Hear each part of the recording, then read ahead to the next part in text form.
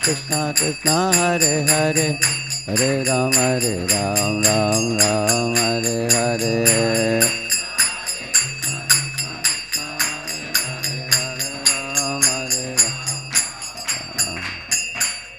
Shri Radha Madan Mohan ki Shri Shri Jagannath Baladev Subhadra Maharani ki Shri Shri Gaur Nitai ki Srila Prabhupada ki Samaveta Gaura Bhakta Vrinda ki Kaliyuga Pavana Harinama Sankirtan ki Nitai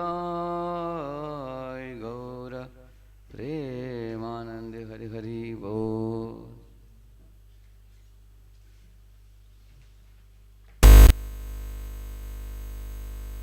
Janashalakaya Chakshuvannmilitam yena tasmai Shri Gurave Namaha Shri Chaitanya Manobhishtam Stapitam yena Bhutale Swayam Rupa Kadamakyam Dadati Swapadantikam Vandeham Shri Guru Shri Yutapadakamalam Shri Gurun Vaishnavamscha Shri Rupam Sagrajatam Sahagana Raghunathanvitam Tam Sajivam Sadvaitam Savadutam Parijana Sahitam Krishna Chaitanya Devam Shri Radha Krishna Padan Sahagana Lalita Shri Vishakhanvitamscha Nama Om Vishnu Padaya Krishna Pristhaya Bhutale Shrimate Bhakti Vedanta Swaminiti Namini Namaste Saraswate Deve Gauravani Pracharine Nirvishesha Shunyavadi Paschatya Deshatarine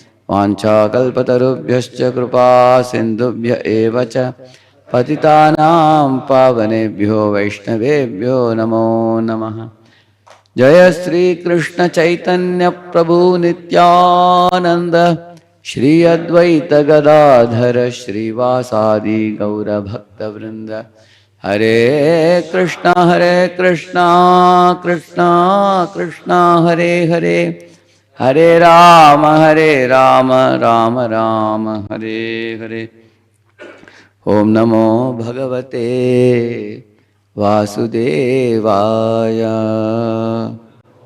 Bhagavate Om Namo Bhagavate Vasudevaya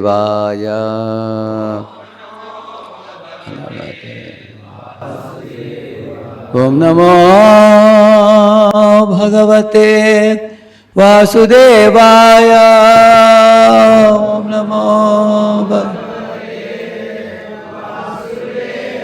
Narayanam Namaskritya Naram Chaiva Narottamam Devim Saraswatim Vyasam Tato Jayam Mudiraye Nashtaprayeshva Bhadreshu Nityam Bhagavata Sevaya Bhagavatyuttama Shloke Bhaktir Bhavati Naishtiki Krishnaya Vasudevaya Devaki Nandanaya Cha Nanda Gopa Kumaraya Govindaya Namo Namaha. Welcome all of you. You can see the topics. Which topic you feel I should take second? I don't go in the same order. Any order that you are comfortable I can take. We will take a vote of the topics and then I will do accordingly, okay? Madhavanapur, we can take a vote for the topics. First one we have completed. Service, attitude, respect and care.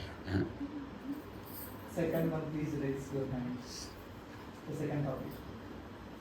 You can see the number, total number 1, 2, 3, 4, 5, 6, 7, 8, 9. Third one. 1, 2, 3, 4, 5, 6, 7, 8, 9, 10, 11, 12, 13, 14, okay? Fourth one. Fourth one. Fourth one got no words. Fifth one. We got 2, 3, 4 we got, okay? Last one. got only 1, 2, 3, 4, 5, 6 we got, okay. So the most votes came for, I think, second and third. So out of the 2 and 3, which got bigger vote? Huh? Third, okay. Exemplary personal sadhana and behavior, okay. We will do on that. Topic is exemplary personal sadhana and behavior, 2 things. Huh? So, behavior is achar, sadachar, and the sadhana is the morning program. So these are the 2 greatest strengths of a devotee, with which a devotee is able to transform the heart of the people to whom they are preaching to. Strength of one sadhana. Sadhana, when we say, generally we think of japa. And the morning program, the japa, the Srimad Bhagavatam hearing, and performance of all the aratis. Put together we call it sadhana, we call it. Actually there are 64 principles of sadhana, given by Srila Rupa Goswami Pad. All are sadhana, Vaidhi sadhana, bhakti. One should carefully go through them and adopt as many as possible every day. So, that means the performance of the morning program and our behavior throughout the day. These 2 things matter a lot in terms of bringing new people to the fold of Krishna consciousness.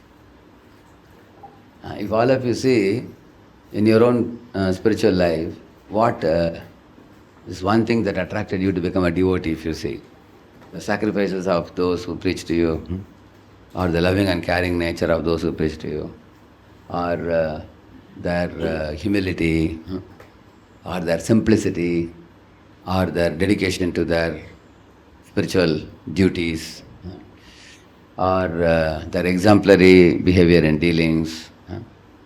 So like Jiva Goswami was a small boy, but he was observing the meeting of Rup Sanatan with Lord Chaitanya in Ramkeli. So he saw, although his uncles are very exalted personalities, both from material point of view and spiritual point of view. Material point of view, they were finance and home ministers. They were very, very big positions. They had their own palaces, and they had a boatload full of gold coins. And spiritually, Sanatana Goswami had written commentary to Bhagavatam, as you know, Sarartha Darshini. And they had a Gupta Vrindavan behind their palace, where they used to go and spend time. There was Govardhan, there was Radhakund, there was Shamkund, the forests of Vrindavan, everything was made. So they used to go and spend time in the garden, writing literature and also meditating on Lord's pastimes. They were already exalted devotees, even before. So, Jiva Goswami knew how great they were, materially, spiritually. But when it came to Lord Chaitanya Mahaprabhu, how they fell flat on the ground like 2 sticks. And how Mahaprabhu embraced them, and how they spoke humbly. That whole section is very beautiful section. Nicha jata, nicha sangi, patita adama. He says, we are very fallen, and we are worse than Jagai and Madai. And we are, Sanatana Goswami was saying that we are called as, I am called as a Pandita. But I am also such a foolish person that when people call me Pandita, I take it seriously. He said, Apanara kicha kichu, Apanara hita kichu nahi jani. He said that hita ahita kichu nahi jani. I don't know what is beneficial to me, what is not beneficial, I do not know. And Rami Bhavare kahe Pandit Satyakari mani. He says that people call me a Pandita, I accept. So in this way, the way they presented themselves to Mahaprabhu was observed by Jiva Goswami, the small boy. How utterly humble they were, and how Mahaprabhu embraced them and said, you are my associates, birth after birth. In so many lifetimes you have been my associates. And this is not the first time we are meeting. Like that he told them and offered his shelter to them. So that dealing touched his heart so much. At that very moment, he decided to dedicate his life. Jiva Goswami also. And later on, Jiva Goswami came to Mayapur, and then Lord Nityananda took him for a governmental parikrama and sent him to Varanasi to study Sanskrit and then come to Vrindavan. So, the behavior is something that touches the heart of people very much. Exemplary dealings, how we deal with superiors, with equals, with juniors, with those who are not yet devotees, with women, with children, with old people, with the environment, with all the dealings, how we do it. Here in one slide, it's a snapshot of behavior. It's actually culture of a community, culture of any good community. The top one, you see, opening heart to mercy. Sometimes people are closed. They never ask questions. They never want to learn anything.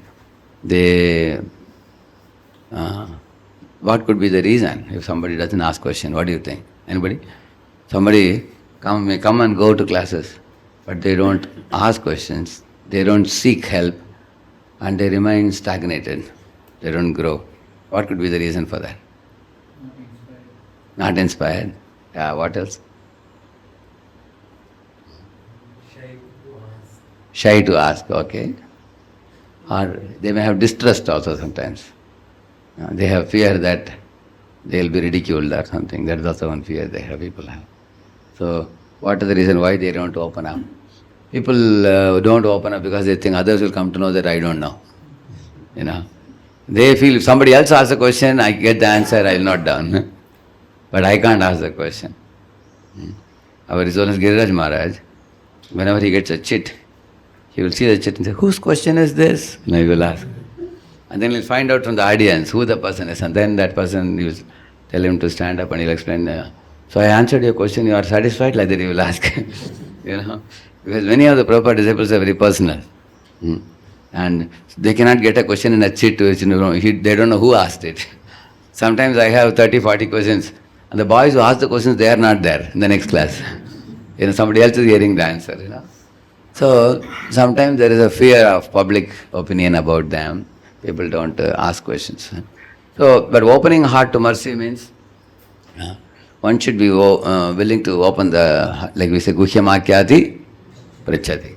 And this is not the only thing. Opening heart to mercy means sometimes the mercy comes in the form of service. So, if one has an open mind to take up the service, then one can get the opportunity to do the service. Otherwise, just like when Ramanuja asked all the acharyas that, who would like to go to Tirupati and, like Punaruddhar, we say, that making the place worshipable for the Lord Balaji, cutting the jungle and, clearing up the place and making the Pushkarini pond and all that, right now, making all those things. Nobody would dare to embark on such a project. And one personality raised hand. Who is that? It's Anantacharya. Later on he's called as Alavanda, correct, no? So Ramanuja glorified him. So he accepted the mercy.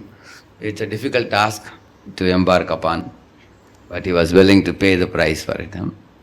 He was opening heart to the mercy. Similarly, when we are chastised, we can open our heart to mercy by willing to transform our behavior. Like once there's Gurujan Prabhu went with Rai Ram Prabhu to Prabhupada's. Of course, they didn't go together. Rai Ram Prabhu went up.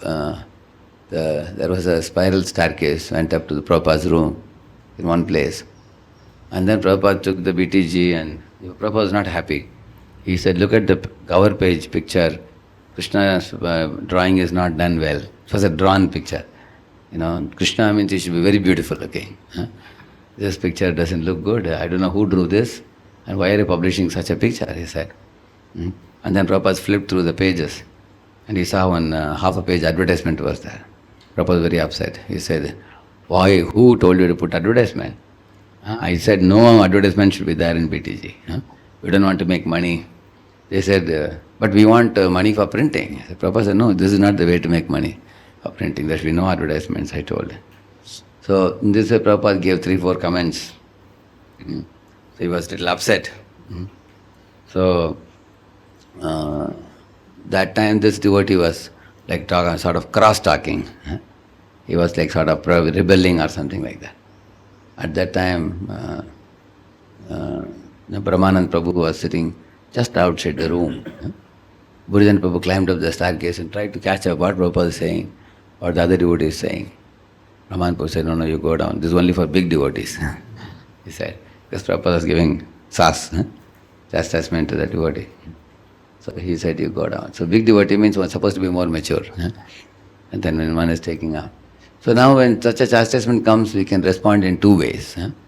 One way is to accept it, like Bali Maharaj accepted the Lord's chastisement and surrendered, and then became glorified enough to become one of the Mahajans. He achieved that position. Dhruva Maharaj accepted the chastisement and then got a guidance from the mother and the guru, and then attained darshan of Lord Vishnu. So these people accepted the mercy, which came in the form of chastisement. On the other hand, some people, when they get a chastisement, they will not accept it, and then they will rebel against it, and then they lost the mercy. Can you give an example for that? When somebody got a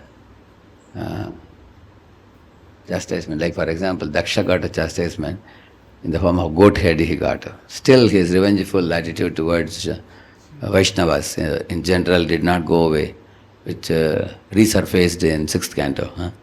As his offensive behavior towards Narada, you can see that.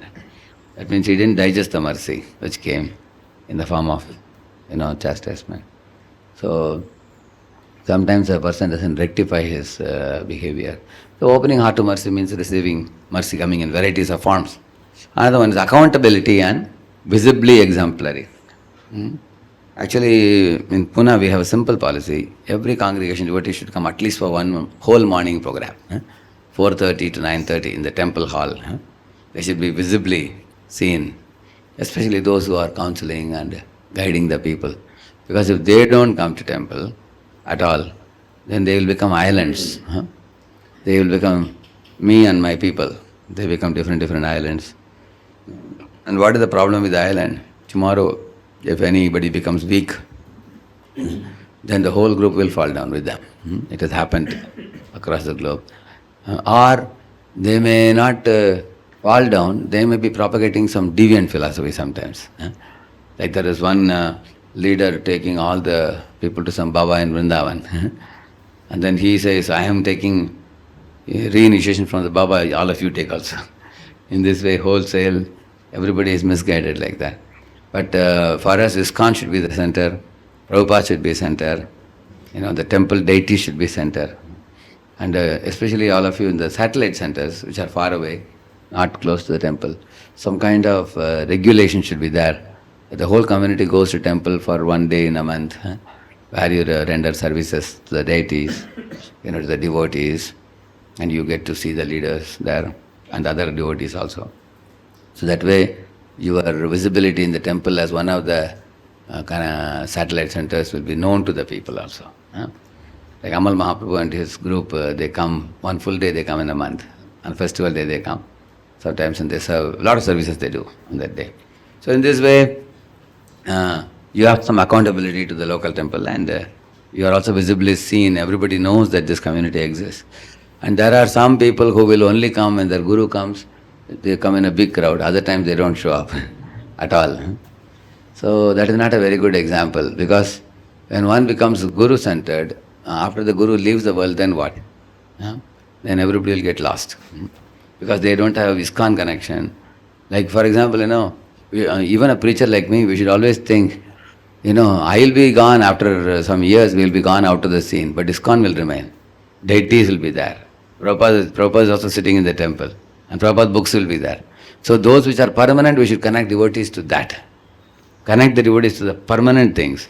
Don't connect devotees to a temporary thing, which is, we ourselves, our situation is temporary. Atma is Atma, we are permanent. But this particular form, Vapu, in which we are sitting, Down the line 20, 30, 40, 50 years, this Bapu will be gone. Huh? And then we will be in some other body, isn't it? Therefore, we should connect everybody to the temple. That is why accountability and visibly exemplary. And visibly exemplary means one is in the temple, I told you. Other than that, in your own community here, Madhugopinath Point is good wife, they have put up this beautiful temple program where morning devotees are having opportunity to come and worship the deities and also take part in the morning program. So you will see that occasionally I have seen Nityantrayadashi or Gaur Purnima. My Lord, there is no place to put one mustard seed in temple hall. So much crowd, people. We brahmacharis want to come in the temple hall, there is no place for us. We cannot come, we have to squeeze in somehow. But on the other days, you find it is very scantily populated. Which goes to show that people actually, some or other, they think mercy is there only on that day. Actually, mercy is there every day. Actually, Lord, I will appreciate our display of surrender if we do it in a steady manner. Ananyachetaha satatam yomam smarati nityashaha tasyaham sulabha partha nityayuktasya yoginah. See, how many times the word nitya, satata is saying. Satatam kirtayanto mam jatantascha dridavratah. Correct? Namasyantascha mam bhaktya nityayukta. There also satata nitya is saying. Satata means always. Nitya means daily. Correct, no? So, see, when you say regular, the regular means somebody may say, I regularly come for every Janmashtami to temple. Somebody can say that, correct? That's also regular. Therefore, he says nitya. He says, it's daily thing. It is not that your regularity frequency can be once a year. Isn't it? So, therefore, those satellite projects are far away from the temple. Then you make a local center, which you all have made here. And a local center, what is the advantage? When you come in the early morning, attend the whole morning program, your chanting is done and your hearing is done, being with devotees, your consciousness is very spiritually vibrant. Then whole day goes very beautifully. And night you sleep late and morning you get up late and chanting is remaining. And the day goes very pathetic. And we are in low spirits during the day. So therefore visibly exemplary. Visibly means you are visible to me, I am visible to you in the morning program. And we inspire whom? Each there. That is visibly exemplary. How many of you get inspired when you see one another in the morning? Correct, no? Yeah. Like, when we were small school-going kids in this Margazhi Masam, Margashish month, December month, we would get up at 3 o'clock, 3:30 in the morning. Take oil bath in the morning and then wear a fresh dress and come out in the street and see who has gotten up. Our friends we will check. Whether our friends, all of them gotten up. If they didn't get up, we'll go and bat at the door. Hey, don't sleep, get up. Even Andal is waking up all the gopis. She's telling, get up, this is not a time to sleep. Margashish month, we have to go to perform the vrata. So I still remember fondly how the roads will be crowded with people. Thousands of people, everybody carrying flower basket to offer to the Lord in the temple. And temple you go, big bright lights put up all over the temple and area, and all these nadas are pam, pam, pam. You heard that? You heard that? Yeah. So they'll play that melam and then all the nadaswaram and nice songs will be going on. And we go and offer the flowers to the Lord and circumambulate and offer obeisances, sing songs. And we'll come back by 6 o'clock or so, like that. So that's like a festival every day. It's a Margashish month, the whole month. Now when I go to see some of those temples where we used to go, morning very few people are there, even in Margashish month. There may be some 8 or 10 people now singing that Tirupavai. Most guys are sleeping, fast asleep, because they don't understand the importance of morning austerities. Morning austerities are very, very purifying. So when people don't perform austerities, they become dull-headed. And when people become dull-headed, they become gradually stooped in the samsara, material sense gratification. And then they have very little scope for elevating their mind, consciousness, their sadbuddhi, and then going back to Godhead, correct, no? So therefore, the visibly exemplary is very important. Then respecting and valuing individuality. Individuality means, Krishna has made us all unique. You cannot expect one devotee to be like another devotee. One devotee may be intellectually astute. Another devotee may be very good in cooking. Another devotee may be good in singing. Another devotee may be, good in coordinating work. Even in companies, they have these 6 hats. You have seen this? I'll just show you. This will be very helpful. See, there's a blue hat, the conductor's hat, thinking about and managing the thinking process. He is like the convener of the team. So he sets the agenda, focus and the sequence of hats and everything, ensures guidelines are observed. He's a leader actually of the team. And then the green hat, you see, it's a creative hat for generating ideas. This person can give a lot of alternatives, possibilities, new concepts. Sitting in the meeting, you will see some people throw ideas. In your team, who keeps giving new ideas? In your team sometimes? Prabhuji, we can try this. Prabhuji, we can try that. Mataji, we can try this. Yahoo? Correct, no? Yeah, which means green hat. That is green hat. Red hat, what it does? The hat for the heart, intuition and feelings. The red hat is about feelings, intuition and instincts. The red hat invites feelings without justification.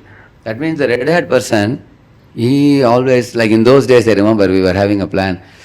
Going to Mayapur takes 36 hours from Pune, and coming back takes another 36 hours. So in this way, it takes 3 days to go and come, and boys don't have a vacation. So there was one red hat sitting in the meeting. He said, Prabhu, let us take all our boys in aeroplane to Mayapur. And people laughed in those days. They said, what a stupid idea. Huh? You think you can take them in flight? How costly it will be and all that. But a dozen years later, we could not laugh at his idea because it actually became true, because flight tickets became cheap. And 6 months before, if you plan, it is not very costly. Correct, no? So the red hat's idea is actually feeling oriented. He just speaks with feeling, but he cannot justify his feelings. But sometimes we can't, throw away the ideas of red hat. We can note down and consider them. Then you have yellow hat. It's optimist hat, benefits and values. Yellow hat is for a positive view of things. It looks for the benefits and values. For example, if the red hat throws an idea, the yellow hat will support it by telling the benefits and view of things. Similarly, the green hat gives new ideas, then yellow hat will support it. Yes, Prabhuji, wonderful Prabhu. Who is the fellow who seconds your ideas in the meeting? Yeah. Yes, Prabhuji. Anything you say, they will say yes, possible. They will appreciate. Even if they cannot logically convince, they will be very positively, they will support it. Wonderful, wonderful, like that. That is yellow hat. It always, they will start listing the benefits and values of that, correct? Then black or grey hat, judge's hat, is a caution. He will identify the risk. It is used for critical judgment and must give the logical reasons for concerns. It's one of the most powerful hats, he says. For example, one idea is thrown by the blue hat leader is saying, let us go to that hall on this Vaikuntha Ekadashi day and let us do a big program and feed prasadam to all the people. And then this black hat may say, Prabhuji, everybody will come only for eating, that's all. Nobody is going to sit in the lecture. Like that he will throw an idea. He will tell his... So when generally he puts a break, who? The black hat. Any good idea he proposes, he will say, oh nahi paega. This problem must be there, that will be there. So he will bring the practical reality. He will bring. It's not that black hat is bad. It looks like a black sheep. It's not like that. Black hat actually brings the problems. He will bring the problems, what problems exist in this world, reality. And what we should do when a black hat brings the idea, one can note down the point, because there is one creature called as leech. So the Ayurvedic doctors, they use this leech. They'll put it in some part of the body, they'll stick it. And that leech can only suck toxic blood. It will never suck pure good blood. God has made him like that. He sucks out all. They just stick it for half an hour or so. After that, the whole leech's body will become black completely. They take it out. He knows, correct, na? Yeah. And sometimes 2-3 also they put body. They take out the toxic blood. So once they asked me, can we put it? Oh, I said, no, it's very frightening, but it will not bite you. They just like a hook only. The spurts and takes out. So just as the leech takes out the toxic blood, similarly the black hat people, as soon as you throw an idea, they will give a critical point against that idea, and that is very helpful for the team. Because we need somebody who doesn't just हाँ में हाँ मिलाने वाले नहीं चाहिए हैं. If somebody says, very good idea, without considering. You have heard the story, Bhaktan Thakur says, there was one zamindar. He would say, cabbage is the best vegetable, he would say. And then he would say, yeah, cabbage is a very wonderful vegetable. It is very, it's leafy vegetable, it is, and leaf is very good for the health. We can cut it and make it into a curry. We can also cut it and make it into a, soup and everything. We can also drink it like a soup, and, we can mix it, like that he would say like that. Then he would say that, no, Baingan is the best, Baingan is this one, brinjal. That's the best vegetable. They say, Baingan is very, very wonderful. We can make it into slices. We can make Baingan fry. We can cut it and make it into a sabji. This, like that, he would say like that. And then the Jamindar said, that is all right, but I think potato is the best vegetable, he said. Yeah, potato is very nice. You can make potato curry. You can make potato fry. Jamindar said, hey, wait a minute. I am already fat. And I have so much gases in my body. And you are saying potato is the best? How can you say that? He asked him. So then the man told him, because you are working under him, sir, I am not potato das, I am your das. He said, so whatever you say, I have to nod the head, otherwise you will fire me from the job. He told him like that. So in the same manner, you find some people nod head for anything. So, but black hat is good in that sense. He will be honest. He will say that, आपकी idea बहुत बढ़िया है, लेकिन काम नहीं करेगा वो. The idea, because there are practical problems. He will bring it. So he will not just nod the head for anything. So you need some thinking people like black also. And but black, if he becomes extremely negative, he will be very closed in his mind, which is not good. And last one is white hat. You see the factual hat, information hat. That's all about information. What information you have, whatever information you need, and where to get it. So these fellows are actually database keepers, information collectors. Anything you want, any information, they are very good in putting a snapshot and getting information about people, about things. They are very good in that. You got an idea, no? Now, why did I show that to you? Because every individual is individual. There are different types of people in a meeting when you take. All cannot be same. And everybody cannot be of the same type of thinking. Now I showed you 6 types of thinking. Correct, no? So, one has to appreciate that Krishna has made us all same or differently? Differently. That's what gives beauty to the spiritual world. Diversity makes it beautiful. Imagine if everybody in this world is only engineer, then who will be doctor? Isn't it? Similarly, in our community, everybody wants to give only lecture. Nobody knows cooking. And nobody knows bringing funds. Nobody knows cleaning, washing and anything. Correct? No? So your community should have a good variety of all types of people. We need people who are people of letters, people of sword, people of money, people of service. Correct? Now 4 types of people.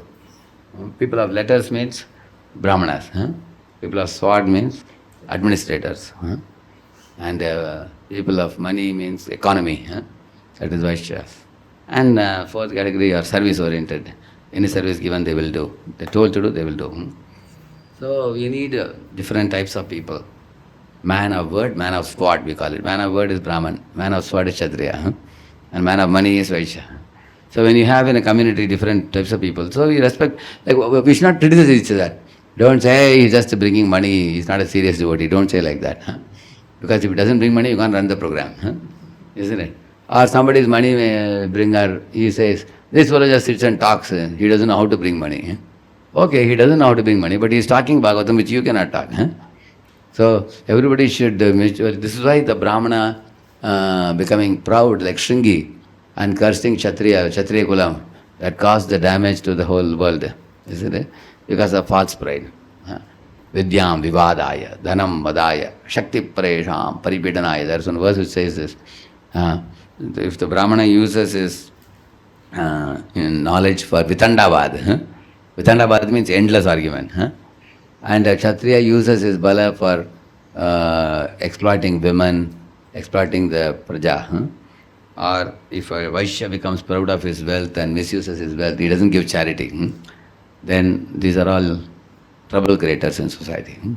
So therefore, all these four classes should respect each other, respecting and valuing individuality. So we should not compare the devotees. Comparing would be meaningless, because everybody is uniquely talented. Don't compare and criticize.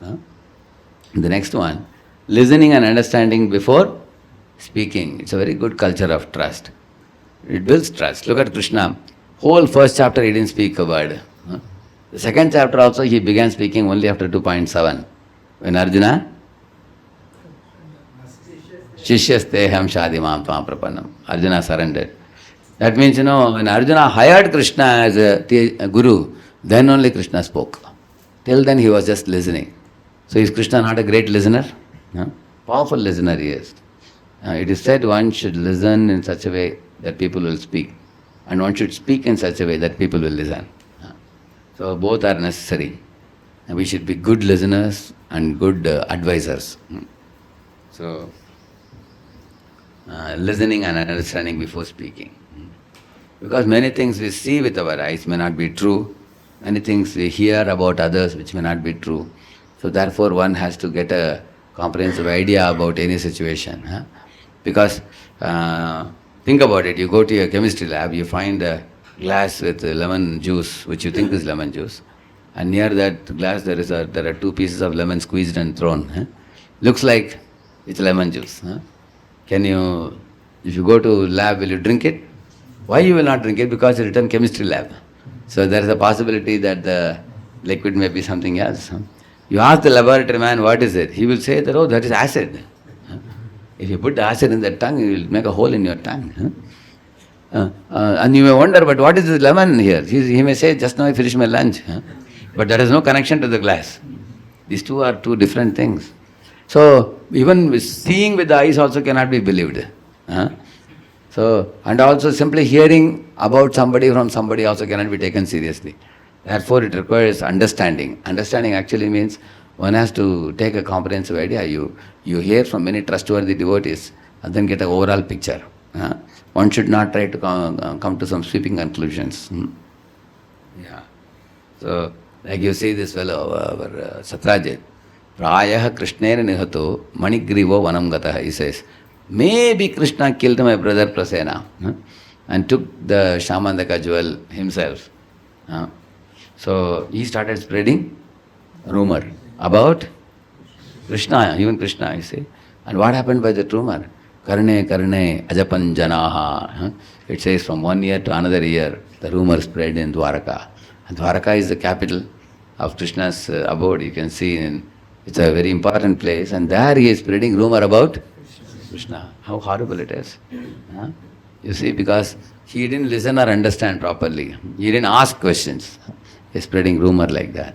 Therefore Krishna proved to him and to all the people that he never killed Prasena. Prasena was killed by a lion. Lion was killed by Jambavan. Jambavan was defeated by Krishna and he brought the Shamandaka jewel and gave it to him back. So therefore when people understood this point, then they understood who is mistaken. Satrajit is mistaken, they understood. So we should always be patient and not arrive at sweeping conclusions. And then culture of consulting. It's a very good habit, consulting habit. Look at Krishna, he consults Uddhava. Therefore, Uddhava is said to be the best minister of Krishna. Krishnenam pravaro mantri Krishnasya daita saka Shishyo brihaspate sakshat Uddhavo buddhi sattamaha. Like that, there's a verse. Uddhavo buddhi sattamaha means he was very exalted in knowledge, in intelligence. He was very, very sharp in discrimination and making decisions and all, decision making. And he was the best mantri, Krishnenam pravaro mantri. And he was a very, very dear friend of Krishna. Daitasya Krishna Saka. Krishnasya Daita Saka. Very dear. And he was Sishya of whom? Brihaspati is demigod's guru, and he was also one of those disciples. So, therefore Krishna consults Uddhava always, whenever he makes any decisions. He's asking, should I go to Rajsu Yajna or should I go to defeat this Bhaumasura? Should I go and kill? Not Bhaumasura, this is Jarasandha. Yeah. Because one request has come from Jarasandha's jail, from those kings. Some thousands of kings were arrested by Jarasandha. Jarasandha had some plan to put them in Narabali or something like that. What this Hitler did, a very similar thing. He had a Hitler type program. He had a plan. So they wrote a letter, please, you come and save us. So that letter is in one hand. Another invitation has come from Yudhishthira Maharaj to go to, Rajsu Yajna. So Krishna was wondering which one to fulfill. Should I go first here or go there?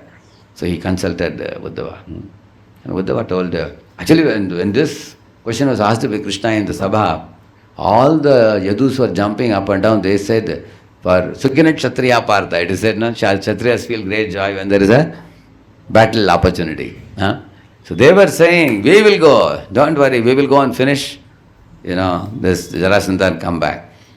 And then Uddhava was sitting there, he didn't speak a word. See how much maturity he has.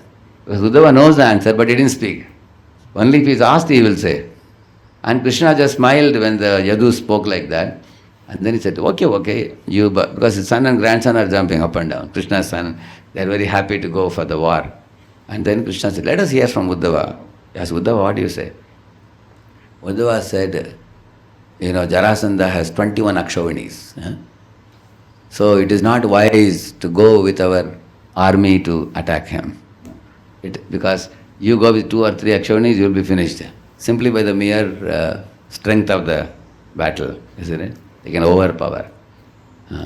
Then Yadus asked then how do you fight with them? What do we take with us? He said, we should go for a dual fight.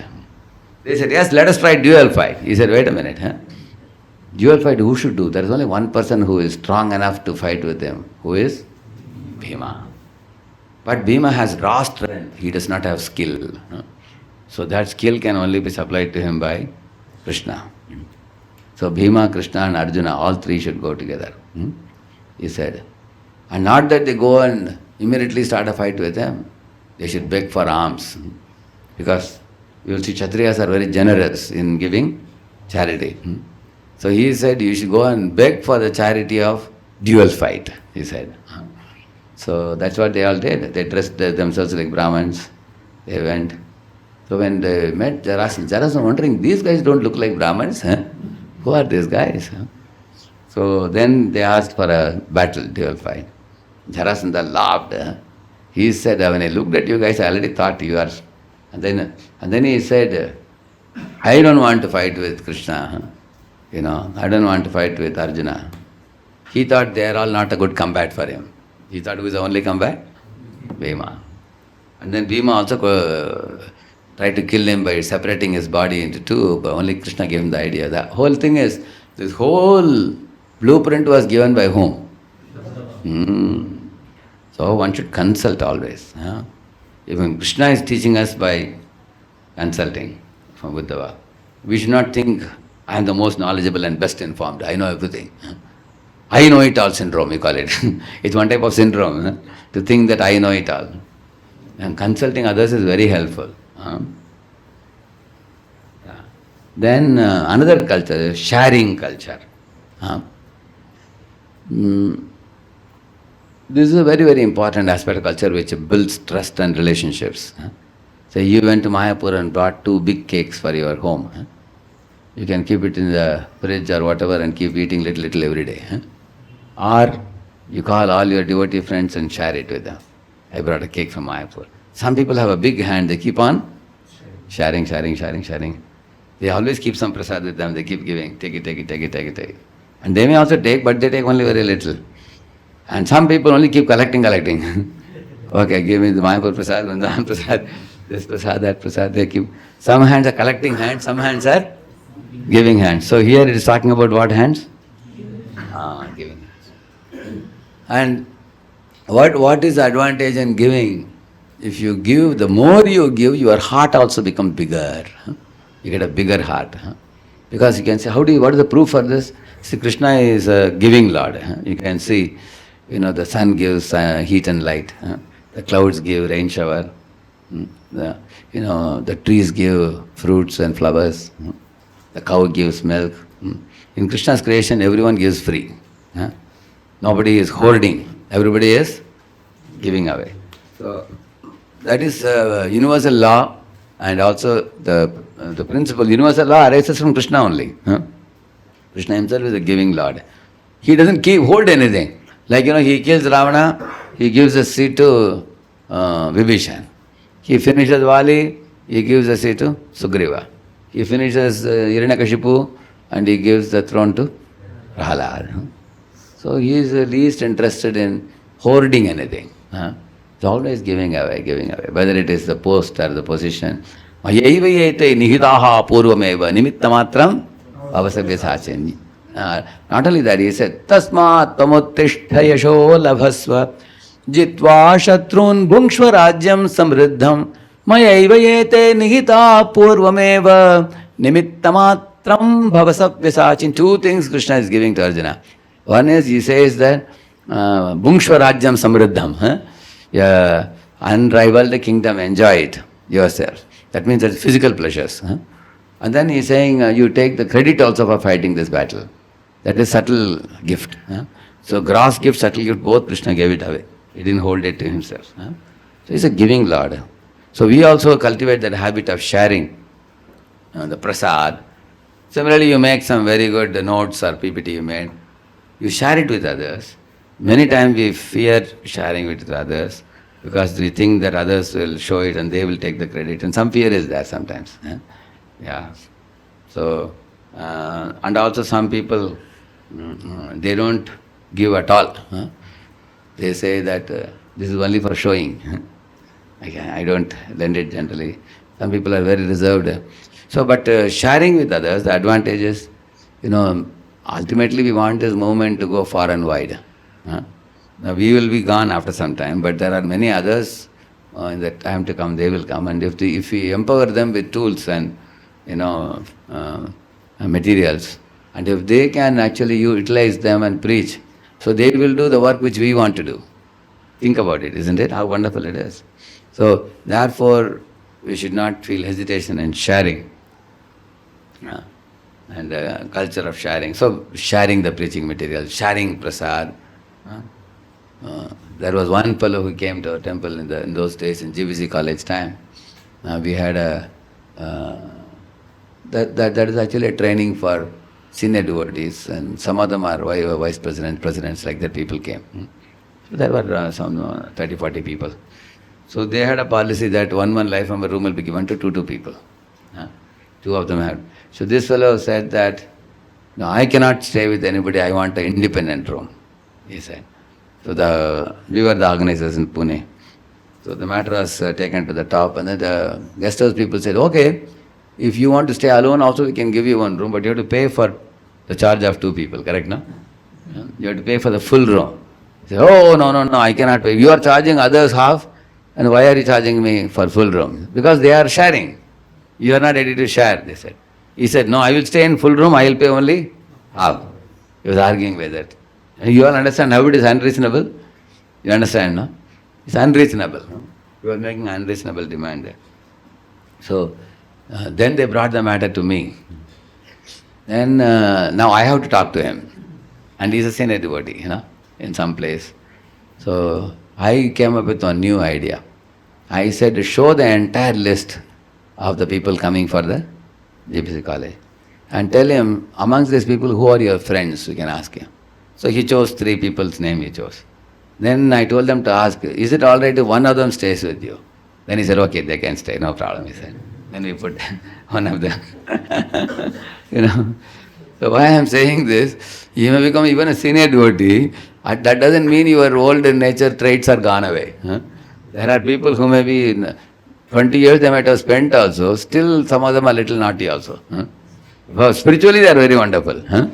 But materially some naughty scripts are there. Some selfish scripts, not sharing scripts and things are there. So And very difficult to deal with them because their number of years they are also senior also sometimes. So this fellow was not ready to share the room, you see. Then we told, you see, this fellow is your friend, can't you share the room even with your friend also? He said, take it, okay, he said. So, one should not be. Therefore, in this world, it's actually a script it is.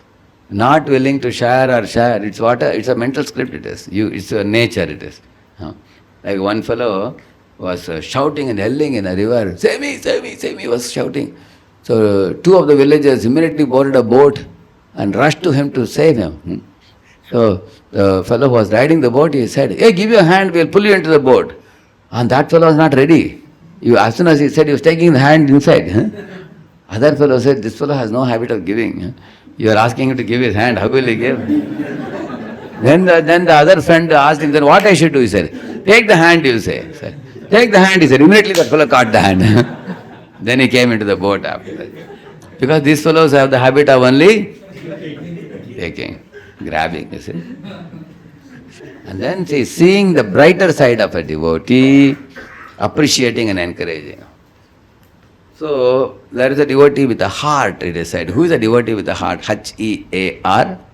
You can remember, H is humility, E is encouraging nature, A is appreciating nature, and R is respecting nature, and T is tolerating nature. That's called as a devotee with a heart. What is the difference between encourage and appreciate? Nobody can say.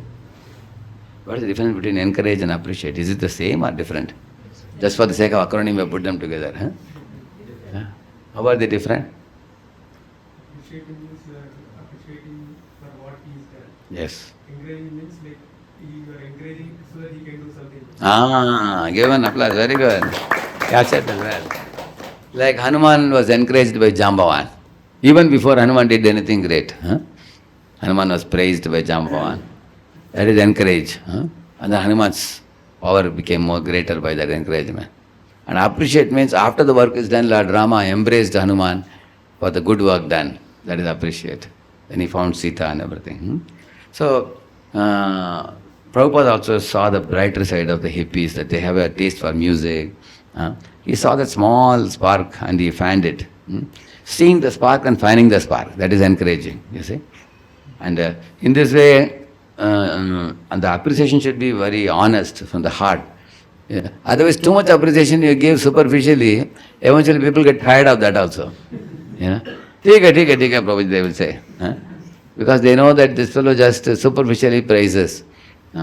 Because unless appreciation comes from the bottom of the heart, it doesn't touch the heart of people. What comes from the heart touches the heart. What comes superficially remains superficial.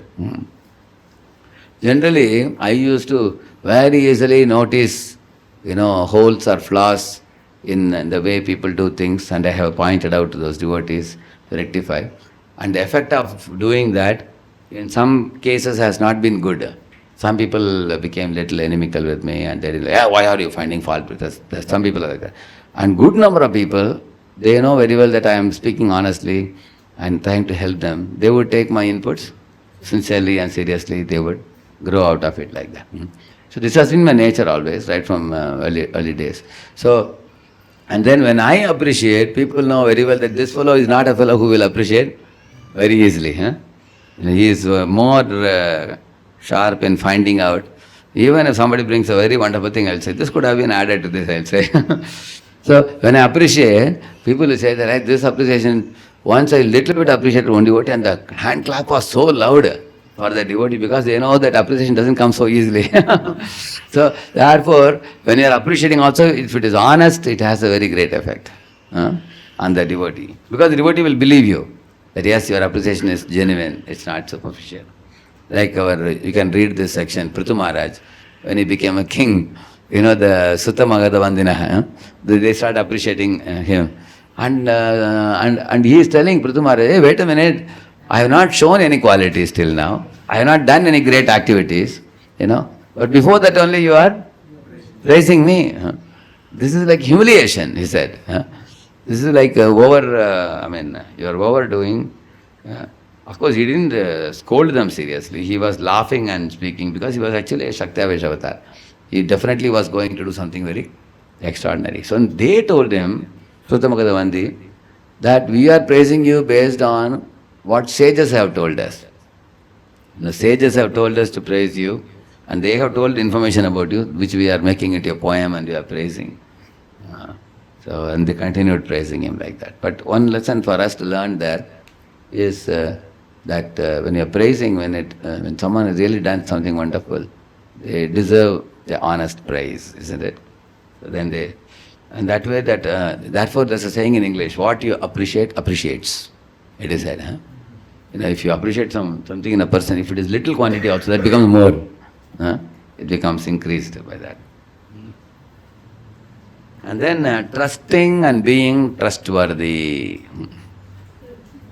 Yeah. R is respect and T is tolerate. Yeah. Humility, encouragement, appreciation, respect and tolerate. You can ask, yeah. Mike, give the mic to her. Okay.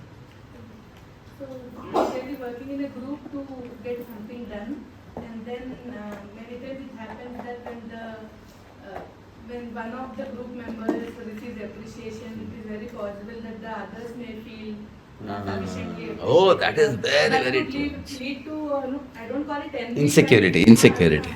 So One time on a birthday, I was praising one devotee. So 3-4 years later, one devotee told me, Prabhu, when you are praising the devotee, I think you are indirectly hinting that I don't have that quality. I said, I never thought of you. I never thought of you in my mind at that time. But people take it like that. Yeah. Like one time I was sitting in a Bhagavatam class, His Grace Krishnanand Prabhu had come to Pune. So he was singing this song, Vidyara Vilase Katayana Kala, that song he was singing. And then after singing the song, he said, you may be B.Tech, M.Tech, but you are simply a donkey, like that he was telling. Yeah. And I immediately thought he is indirectly hinting me only. Later on when I met him, when I told him, he laughed and said, no, I never meant it. It's not for you're a devotee. How will I say a devotee? It's for outsiders, he said. But Prabhuji, you could have stopped with B.Tech, but why you said M.Tech? He said, I just spontaneously said. So, people can take offense. What you said is true. So, sometimes what I do with appreciation, you may give a little appreciation in the class, in the public.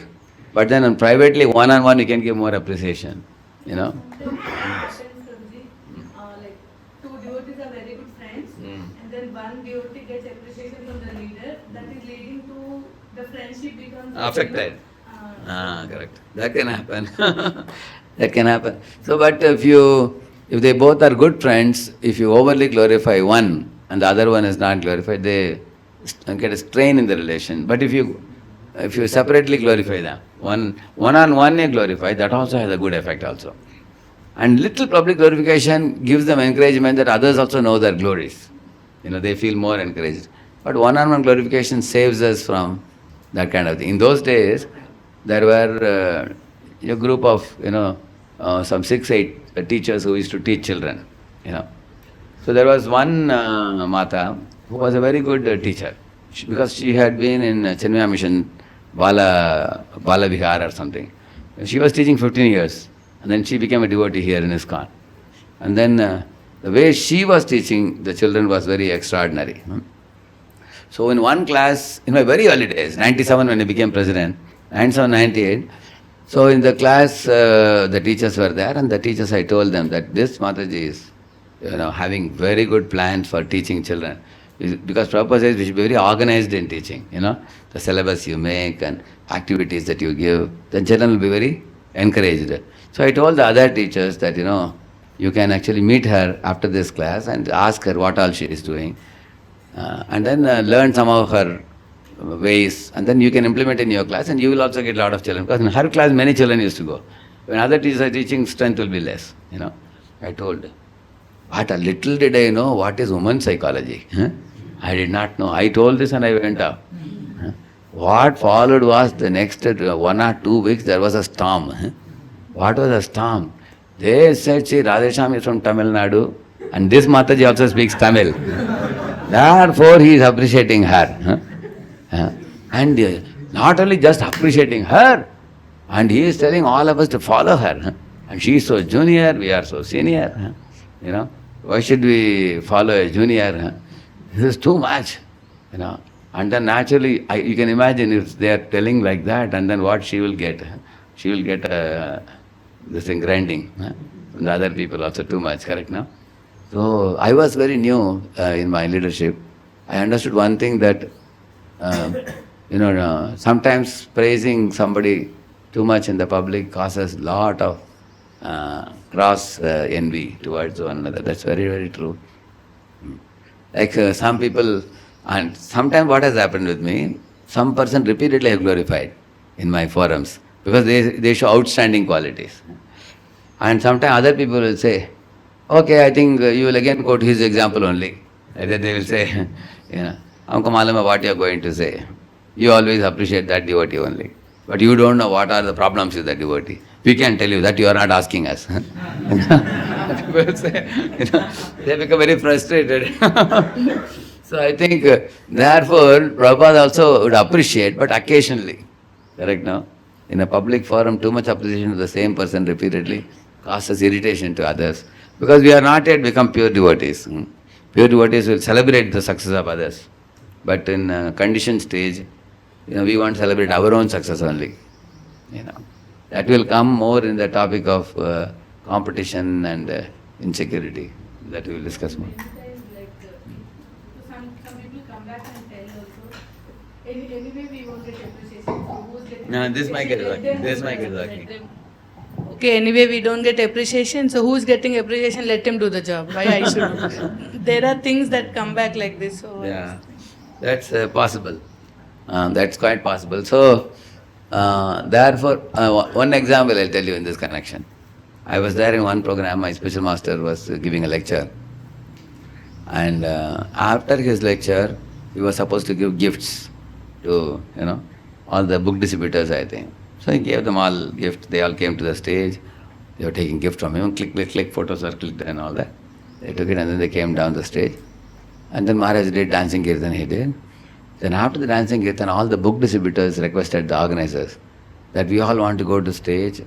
Maharaj will sit like this and we will sit around him and we want to take one snapshot, group photo of all book distributors because along with the prizes, we want to show the prize also. And we want to take a photo like that. So, the organizer after the kirtan, he climbed up the stage. I was just next to the organizer, I was just hearing. The organizer said, Maharaj, if you can just stay for a couple of minutes, all the book distributors want to click a photo. And Maharaj literally ran away from the stage. He got down the steps. I also went behind him. And then he went to the kitchen, he went directly. And then he went and met all the cooks who cooked prasad. They cooked for some 1,000 people, And then he met one by one. He heard from them who did what, which item they cooked, what are the different items they cooked. And he appreciated all of them. And the chief of all the cooks, Maharaj patted him, touched his head, and they felt very happy. And then after all these things, when Maharaj was coming out to the kitchen, I went behind Maharaj and said, Maharaj, the organizer wanted you to sit and take a photo with all these fellows. And Maharaj turned to me and said, those guys got what they deserve already. I have given them prizes, and they don't need too much appreciation because besides me, public also is appreciating them. But these guys need attention. Therefore I went to kitchen, he said. So, generally Maharaj said most people neglect kitchen and chapel stand. They don't give them attention because they are considered less important service. And the limelight people are given too much glorification. So he is very intelligent in that. He will also appreciate, just like this is like a drama's tendency. Lord Rama appreciates the squirrel. He just doesn't only appreciate Hanuman again and again. Correct now? So this is a good lesson for us to learn also. Correct now? Yeah. By doing that, then the balance will be there. Otherwise the balance will be lost. And the point of trusting and being trustworthy. How do we win the trust of other people? Trust is a very deep thing. Sometimes you may even love a person, but you may not trust a person. Say, for example, imagine there is a devotee whom you love very much because he's a good devotee, a sincere devotee. But you can't trust the devotee with money because you give money, his hand is like hollow. Money he spends very quickly. And he doesn't think and spend. There are some devotees who spend money, anybody fixes, they give it away. Like I went to one shop with my assistant. We had to buy one travel bag. In those days, this travel bag, that fellow said 600 rupees in those days. So my assistant asked him, he said, no, we want it in 300, can you give? I said, he asked.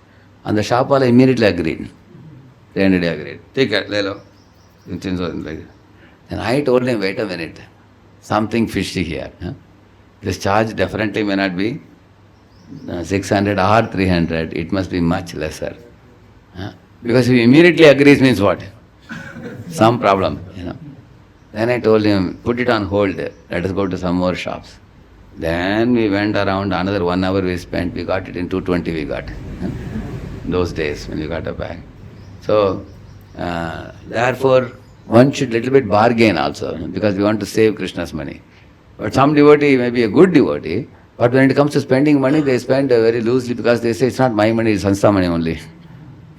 They don't. Then you can't trust them for money. Although you may love them as a nice devotee, but you can't trust people for money. Some people, you can't trust them for some service, because if you tell them, they will nod the head very vigorously, but they will not do the work.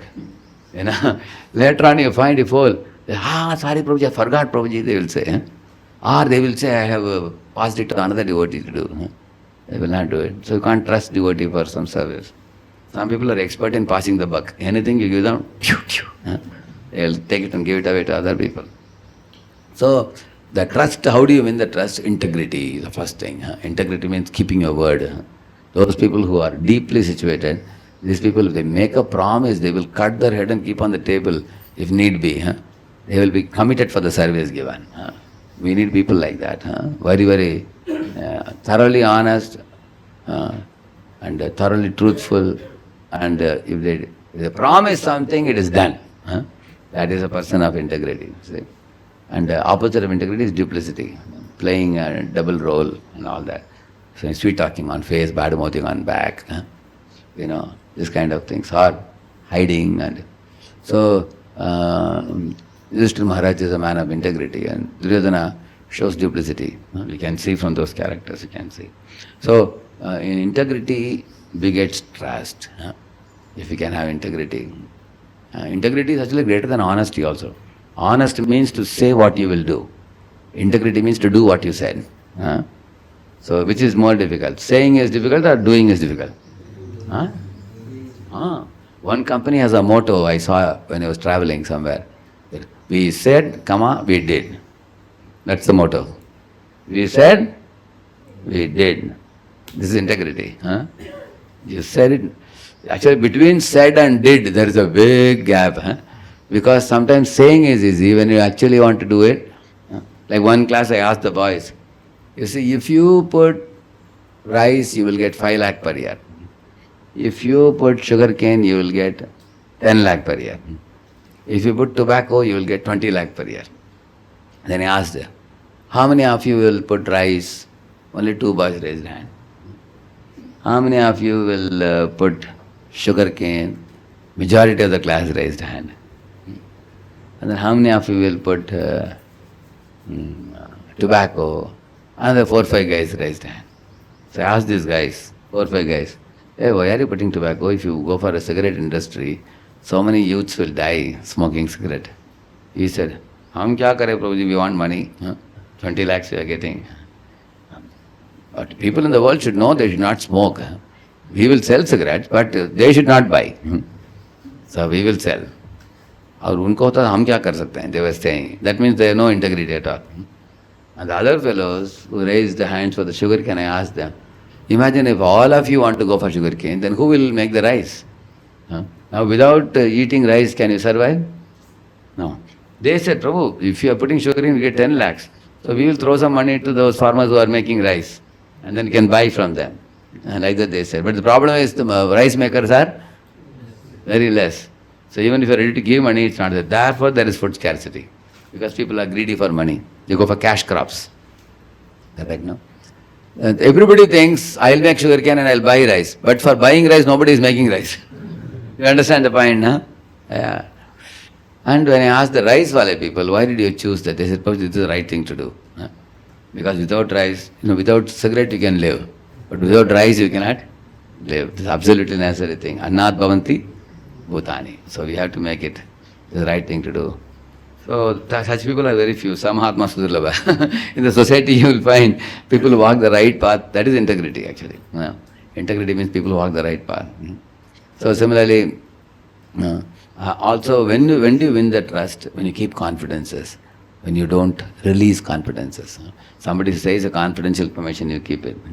Similarly, you also, when you are dealing with any situation, you don't go to aggressive zone, you don't go to passive zone. Aggressive means you try to take away others' rights. And passive means you allow others to dance on your head. So, but taking a midway, which is bold and sensitive, courageous and considerate, that kind of behavior. So then you win trust of people. People know that he is a level-headed fellow. He will not go to extremes. He is mature. Mature means level-headed.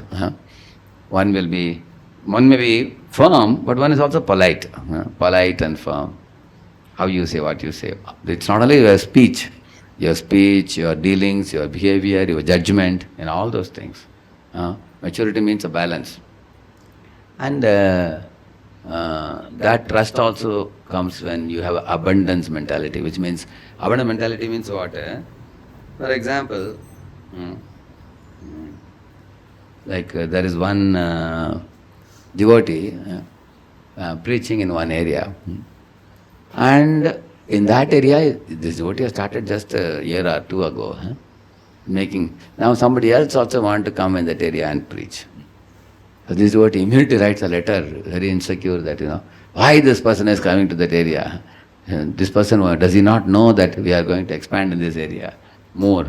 Eventually our center will be the center and everybody else around should be under our rule. Either you should be under us or you should not come here for preaching or whatever. Later on I told this devotee, see, nowadays in every housing colony we can have a preaching center. Because one colony has 2,000 houses nowadays. 1,000, 2,000 houses. And you can't make all 2,000 people devotees also. You go and make a center there, 5% people come, it's a big thing. In every colony we can have one center going on. Why are you so insecure? And you are claiming that this area is your area. You are saying like that. Okay. Later on, if you make a temple, then you become the authority and all the other people will join your committee. Then you all can join to decide for initiation and everything. Right now. You can do that. But right now, even you have not made temple, they have not made temple. They are just now starting preaching. At that time only there is a clash.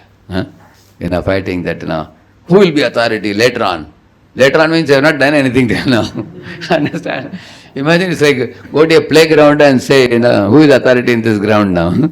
Empty ground. It's simply too much of scarcity mentality. Like our Duryodhana was told, Pandavas want only 5 villages. If he gave them, he would have saved his life and his brothers' lives also. Foolish fellow. All the 100 fellows got, finished in the battle because of scarcity mentality. And on the other hand, Yudhishthira Maharaj had abundance mentality. See the heart of Yudhishthira, good heart. When they came from the forest, Yudhishthira told Krishna, my dear Lord, the people seem to be so happy. Look at the abundance. They have costly woolen blankets, they have pearls and jewels, and they have happy smiles on their faces. And they have abundant salaries also. And they are all wearing good dresses. And this is what ultimately is the goal of any king. The praja should be kept very happy. So that's what I also will intend to do if I become the king. If Duryodhana is successfully doing, then why should we go and disturb his kingdom? Like that Yudhishthira Maharaj asked Krishna. Krishna said, you see the happiness here because Duryodhana knew that you are all finishing your term in the forest. And you are right now going to come back and ask for the kingdom back. So knowing very well he is abundantly pampering his praja to make sure that praja will be on whose side? his side. Just like some MLA says, now the elections are coming, I will open liquor shops in every lane. And we will open cinema theatres in your village. Correct, na? And we will feed all of you one free bottle every week or something. So like that, Duryodhana was actually pampering all the people to make them happy so that they will be on his side. But Krishna said, this is a cheating. This is cheating. Actually people are not, it's not that people are happy. People are actually waiting for you all to come back and rule.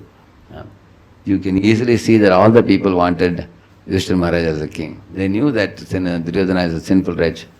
They knew that. So you will see that Yudhishthira Maharaj is so big-hearted, if he has to go back to forest for another 12 years, he won't mind going. That is his heart. On the other hand, Duryodhana is so scarcity mentality he has, that he is not ready to give even 5 villages also.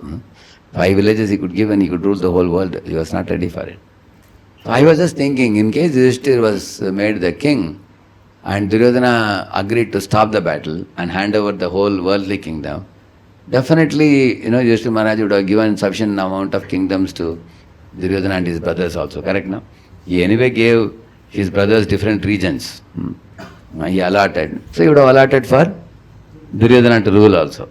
But Duryodhana thought, why should I be subordinate to Yudhishthira? I want to be like Swarat. I want to be the singular ruler of the whole world. So he got destroyed. So that means scarcity mentality. So sometimes even we, like I'll show you one small skit. You can see this skit and you can tell me what you feel about this. Sound is coming? Shri Bhagavan idam tu te guhyatamam pravakshamyanasuyave jnanam vijnana sahitam yajñatva mokshase shubhat raja vidya raja guhyam pavitram idam uttamam pratyakshamagamam dharmyam susukham kartu. भक्ति वृक्षों का leader बना दिया, तुम्हारा क्या हो रहा है? उन्होंने रुचि माता जी को 4 भक्ति वृक्षों का लीडर बना दिया, तुम्हारा क्या हो रहा है? देखिए प्रभु, रुचि माता जी मेरी बहुत ही अच्छी सहेली है। उनके 4 भक्ति वृक्षाओं में से एक भक्ति वृक्षा को मैं खुद लीड कर रही हूँ। मुझे बहुत कुछ इंस्पिरेशन मिलता है रुचि माता जी को देखकर। मुझे बहुत कुछ सीखने के लिए भी मिलता है। लेकिन तुम और रुचि तो एक ही साथ आए थे भक्ति में, वो तुमसे आगे कैसे निकल गए? प्रभु, हमारे 2 बच्चे हैं और उनके तो अभी तक बच्चे नहीं हैं, इसीलिए वो कृष्ण सेवा में ज़्यादा वक्त दे पा रही है और कृष्ण सेवा करने में उसको बहुत उत्सुकता भी है। तो क्या हुआ अगर मुझे उसके नीचे काम करना पड़े? आखिर ये कृष्ण भावनामृत का जो संघ है, ये कई प्रचारकों का कंट्रीब्यूशन से ही आगे बढ़ता है और इसमें हमारा जो हिस्सा है वो जी भर के निभाएंगे और उसी से संतुष्ट होंगे। छोड़ो ये भक्ति वृक्ष लीडर, मुझे तो लगता है इंडिपेंडेंट काम करो। अच्छा नहीं लगता है यार अपने समान डिवोटी के नीचे काम करने में। तो क्या हुआ अगर हम दोनों एक ही साथ में और एक ही टाइम में कृष्णा कॉन्शियसनेस में आए हैं? मैं खुद ऐसा महसूस करती हूँ कि वो मुझसे बहुत आगे है आध्यात्मिक स्तर पे और वैष्णव गुणों में। मगर हमें जो भी अवसर मिला है प्रचार करने के लिए, ऐसी संकुचित चेतना से उसे खो बैठेंगे तो हमारे प्रभुपाद जी का मिशन आगे कैसे बढ़ेगा? क्या तुम्हें दिक्कत नहीं हो रही है उसके नीचे काम करने में? वो तो तुम्हारी बराबर की है यार। नहीं प्रभु जी, मैं हमेशा ऐसा महसूस करती हूँ कि मुझे सेवा करने के लिए जो भी अवसर मिला है ये सिर्फ गुरु महाराज की और कृष्ण भगवान की कृपा से मुझे मिला है और इसके लिए मैं हमेशा के लिए आभारी हूँ। हाँ ललिता, तुम सही कह रही हो। तुम्हारा भक्ति का भाव देख के मेरा मन तो बहुत ही शांत हो गया। तुम्हारा दिल बहुत ही बड़ा है। दूसरों को अप्रिशिएट करना ये तो बहुत ही अच्छा गुण है। मुझे तो बहुत कुछ सीखना पड़ेगा तुमसे। कैसे रह सकती हो इतनी नॉन एवियस? अपने रहस्य तो बताओ, मैं खुद ये सब तुमसे सीखना चाहता हूँ। प्रभु, आप ही लेके गए मुझे ISKCON प्रोग्राम्स में और इंट्रोड्यूस किए कई प्रोग्राम्स को और वही मिली मुझे रुचि माता जी। और जो कुछ भी मैं सीखी हूँ आज तक वो सिर्फ आपके ही प्रोत्साहन से सीखी। और उसके लिए मैं सदा सदा के लिए आपके आभारी हूँ। हरि बोल। See, this fellow was telling her that we will switch over to deity department. Huh? Actually, they are preachers. They both are Bhakti preachers. And he was telling why he wanted to shift to deity department. Anybody knows? Why? He wanted to switch over to deity department and stop the preaching. They were thinking. So he was suggesting her, better we go to deity department and give up our Bhakti Vriksha. Let somebody else take it. Why he said that? Anybody heard it? Ruchi Mataji and this Lalita Mata, they both came at the same time. But right now, because of their children, they had to take out, she is not able to take out so much time. So her equal friend has gone to the stage of sector now, sector leader. And below that there are 4 Bhakti Vriksha. So she has become one of it. So this fellow is feeling some insecurity, correct, no? He is thinking that let someone else take it and we will pull out. Because either you pull out and be independent in deity room, or if you want to be a part of this group, then you should lead. His Holiness Jayadeva Maharaj was telling, he asked one question in a class, Bhagavatam class. Would you like to be an angel in heaven where you will be, serving under one, somebody like a devotee king? Say Indra, proper Indra is a devotee, not like a naughty Indra. Somebody is a good leader like Brahma or Indra or somebody. You become a servant of somebody like that, servant of a devotee. Or you can be on earth, but you can be a dog, but leader of a street. You are the leader dog. So immediately devotees didn't raise hand. Maharaj saying, just see, because divinity thinks it's better to be a leader dog than be a servant of a devotee. Sometimes he was telling, you understand, no? So there is a tendency in the jiva to want to lead and not be a servant. So, but she told him, how does it matter, whether we are under somebody's group but ultimately we are doing good preaching. The preaching should not stop. Correct, no? So she is concerned about the mission and he is concerned about the personal prejudice. You understand the difference, no? Yeah, like I'll show you another one.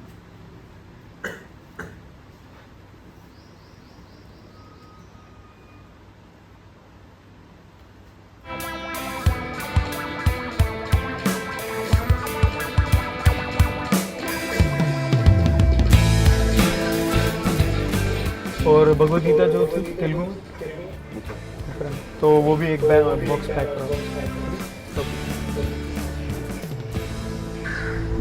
Hare Krishna Prabhu. Hare Krishna. I am feeling so fortunate to be part of this wonderful book distribution team. Recently, I had been to Mayapur and Delhi temples and actually learned some of their ideas in book distribution. I have brought PPTs and posters as well. How can I share it with other team members in our temple? It's there? Yes. You can give it to me. I will show it to our team. Prabhu, do you actually think we can implement some of these ideas in our temple? So, you feel that our team is not good enough? We have enough ideas. And you should learn how to cooperate rather than to rebel. And you know what Srila Prabhupada told? Srila Prabhupada told, my intelligence and your cooperation, not vice versa. Yes, Prabhu. I am here to serve you. But at the same time, I thought implementing some of these ideas from other temples could actually boost up our sales. See, don't be over enthusiastic. We have enough ideas.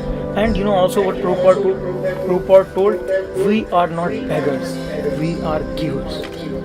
And you know what is the score from last 12 years in our temple? Yes, Prabhu. I have heard that in the last 6 years, our scores have actually doubled than the previous 6 years. Yes. And you know, when I joined this service, exactly 6 years back. But isn't it true that the number of devotees in the book distribution department were also doubled 6 years back? Hey, these are some silly things. You don't have to need to bother about those small details. What those lazy guys will do, it's my hard work, my planning which has gone and we have bring out such a big scores. It's Krishna's and Guru's mercy that you have been able to do such a wonderful thing, Prabhu. That's all right, but you should be intelligent enough to see my intelligence beside Guru's and Krishna's mercy. Otherwise, you will feel the success is just falling from the sky. Okay. Thank you, Prabhu. Okay.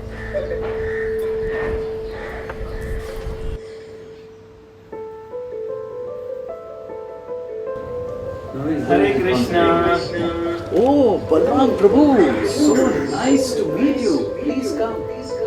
Please, I'm hearing success after success of your book distribution department. Please sit. Thank you so much, Prabhu. I feel so happy to meet you because you are recognizing and appreciating my service. Balram Prabhu, you are an asset to our society. Thank you. Is everything alright with you? Vasudev Prabhu, I am wondering, I am not getting full cooperation from my team, even though I have tried to inspire them a lot. Are they feeling inspired by you? I have told them enough of my glories, but still I don't feel them giving me full cooperation. As temple president, if I say that the success of our temple for the past 6 years is only due to my efforts, how would you feel? Of course, Master Prabhu, you are our inspiration. But I feel, behind every department success, the people who are involved in that department, they also do a lot of hard work to bring that success. So if you don't recognize my efforts to bring that success, I feel bad. Exactly, Balram. So how do you think if a department head constantly gives credit for the success to himself, how do you think his subordinates would feel about it? They will feel bad, unrecognized, unappreciated. So, Balram Prabhu, do you give appreciation to your team members? Vasudev Prabhu, isn't it too formal to appreciate? Everyone has to play his part and be happy. Just like you felt so happy when I appreciated you, right? Mm-hmm. Similarly, when you appreciate your team members, they will feel so happy. Why did senior devotees need appreciation? They are grown up. Actually, all of us need appreciation, recognition and encouragement. But Vasudev Prabhu, Bhakti Siddhanta Saraswati Thakur says that it is a Shukrer Vishta. Yes, Prabhu. But we should not think about taking credit for ourselves. We should be very liberal in giving credit to others. In fact, that will make them humble. Would it make them complacent and proud? No, Prabhu. On the contrary, it will make them very humble and they will feel like doing more and more for Krishna. Just think about this. When you came and I appreciated you, how did you actually feel in your heart? I felt very nice because you respected me and gave me credit. That's the point, Prabhu. If we give respect, recognition and credit to others, there will be a Vrindavan mood in a temple. Hari Bol! Thank you, Vasudev Prabhu. I will apply this technique with my team.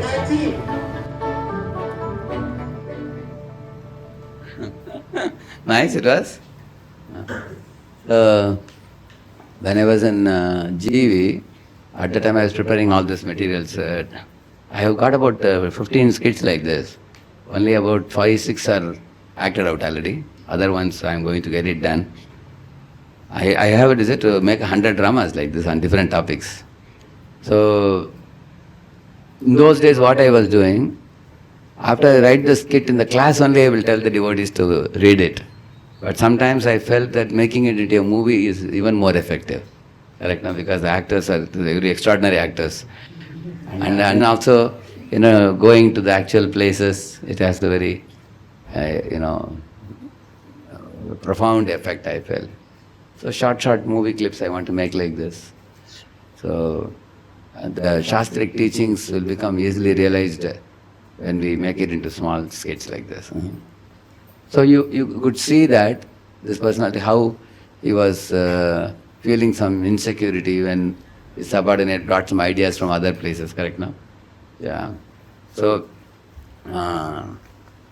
one fears that there will be some instability if these other ideas are accepted. People will think that temple is better than our temple.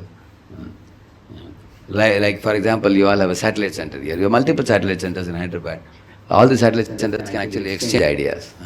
We have one forum called GLOSS Forum. Grihastha Leaders, Outreach, Spiritual Sangha. Madhavagopinath Prabhu and his good wife, they are also part of it. Leelanand Prabhu and his wife, like that. We have about like 20 families in that. So I had made that, but recently, in the recent past, I became super busy. Many months we couldn't have it. But what was the purpose of that? Is when big leaders come together, they hear Krishna Katha together, and they also present their ideas on how they are preaching. Rather than becoming envious, they all become appreciative of each other. You remember, Prabhu, our Satya Gopal Prabhu, Sharanarada Mataji presented, Leelanand Prabhu presented, and you, both of you presented. Now all of them are now, so many phone calls are coming to me, they are asking, when is the next meeting? We are not having for a long time. Few months we could not have it. So, at the same time, all are community builders, very senior devotees. So my plan was, if I bring them under one umbrella, even if I am not available always, they can actually come and be with each other, and by being with each other, physically we can make the meeting happen.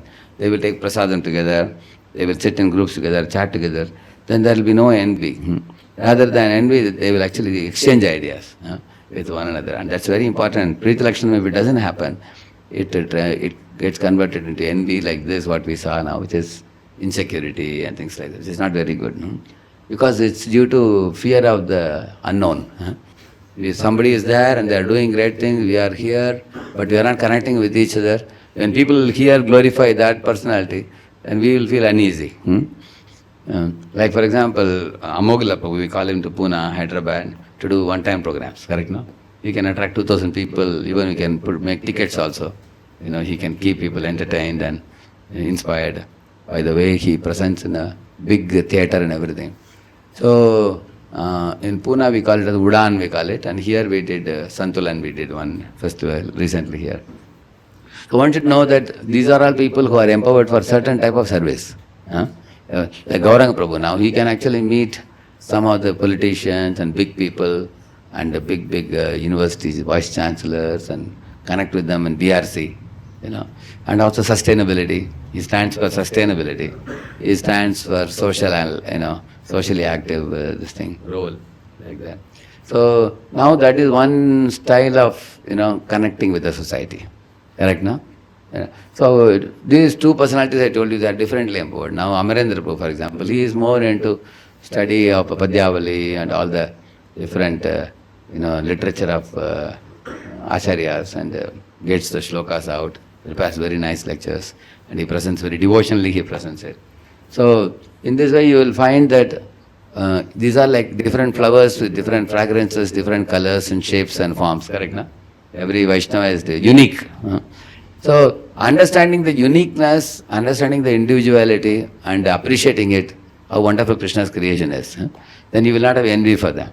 Otherwise we will think that, why are people appreciating this person or that person, why not me? If you think like that, then that will unnecessarily we will hurt ourselves foolishly.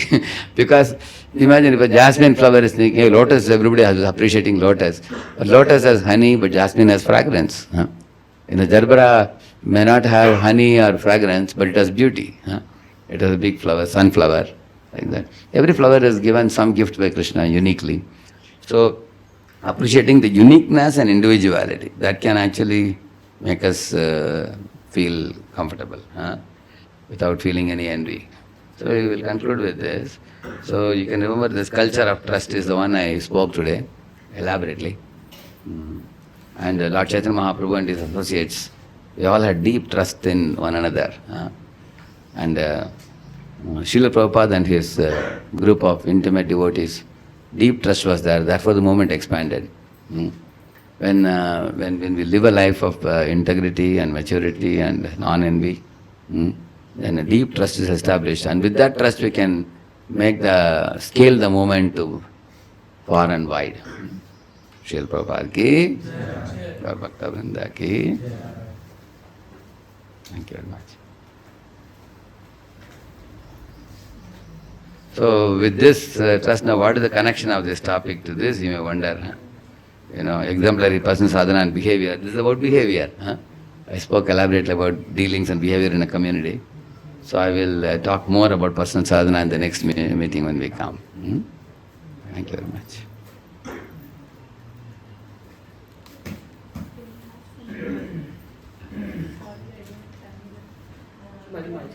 This is a mic to her. In case of Dasharatha also we see that Sumantra has already heard from Sanat Kumara that Radheshyamdas has to be brought and then Dasharatha will do a Putra Kamishti or Ashwamedha and then have children. Sumantra knew it long ago, but until Dasharatha asked, he didn't say. So, but finally Dasharatha asked and Sumantra got to tell. What if Dasharatha never asked? So Sumantra was supposed to not tell it at all? Or like... Was there any reason why he didn't tell? He just told that a minister tells only when the king asks. That's what is told in that context. So, like, if the king didn't ask, should a minister tell or no? Actually, if king felt that there is no son to succeed him, correct, no? Then he takes anxiety. Then a king may accept a son in death. That means adoption. Or he can do such yajna and then beget a child himself. That is also a possibility. So probably, the Dasharatha was not old enough to make a decision about succession. Correct, no? The question of succession comes only after the person gets older, and then the concern and worry about the succession comes. Like Dasharatha is only performing as a king. At that time there was no serious thought about need for a son. I think he had one daughter, right? Shanta, whom he gave in adoption to Romapad, the king, I think, correct? No? Romapad had sons but had no daughter. He had daughter but no sons. It was like that. So, but at the appropriate time, it is the duty of the king to worry about succession. Who will succeed me? As I told you, he may even choose a capable citizen, or he may adopt a son, or he may want to beget a son. Because Dasharatha didn't express what he wants to do, therefore Sumantra kept quiet. Now Dasharatha expressed that I want to have sons now. Do you have any idea? Then he said, oh, you really want to have your own son? Then this is the idea. If you want to adopt, then just like Romapad adopted a daughter, either he can adopt a son also. It's another possibility, correct, no? So ministers were wise with wisdom, and they were willing to share if the king would inquire. Correct, no? Therefore we were saying today that when you are hired, then only we can advise. Like some devotee you catch and give advice, they will ask you, who asked you to advise me? People ask like that. Correct. I never ask you a question. You may say, no, I am concerned about you. Who are you to concern about me? And I have my senior who guides me. You mind your own business. And then we have to cut a sorry figure after that. Generally, therefore, when people ask us, then only we put ourselves in the front. Yeah. Anybody else? One last question? Mataji brought out very good points. Yeah. Mike is there? As you said that unless somebody asks, we should not give suggestion or something. But wouldn't that become very formal?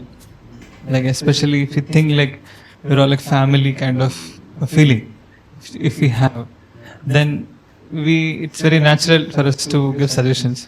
And you can give a suggestion to someone with whom you have a very, very thick relationship. If you have a nice relationship, actually relationship is somewhat like a bank account. Like if you have invested in the relationship, you have 20,000 count or 30,000 count. By giving a feedback, some 4,000 or 5,000 count is removed, then it is all right. Still 25,000 count remains. But sometimes our relationship is not very thick. It's only 2,000 or 3,000 count. And then you give a feedback which damages the relation by minus 5,000. Because then there is the negative account increases. Then they immediately put a wall around themselves. They turn away from you. We have seen that, correct, no? So it exactly works like currency. Relationship works like currency. How much you have invested, how much relationship is developed, accordingly we can give suggestions. And people are also willing to take suggestions from someone whom they adore, whom they admire, whose association they cherish. Then they will take feedback. Sometimes amongst equals, when you give a feedback, it may boomerang also. So we have to see case to case, I think. Like for example, when I see certain improvements to be given to my subordinates, for them I am authority also, official authority. If I don't tell them, then who will tell them? I have to tell them. It also behooves me that being their authority, because they are reporting to me regularly. When I give feedback, they absolutely have no problem. They are more happy when I give feedback. They take also. Like in Pune, there was one devotee. So when I gave one feedback about the devotee service, he was so happy. He came to my office and said, "Prabhu, in this entire community, you handpicked me and gave me a suggestion. Now I have noted your points. I will follow it in my life. This is something which I will always adore, that you didn't ignore me, but you gave me time." Some people, which means he has a lot of respect. So when they have respect for you, adoration for you, then you give it has value. So case to case we have to see, I would say. Shri Prabhupada ki, Bhakta Vrinda ki.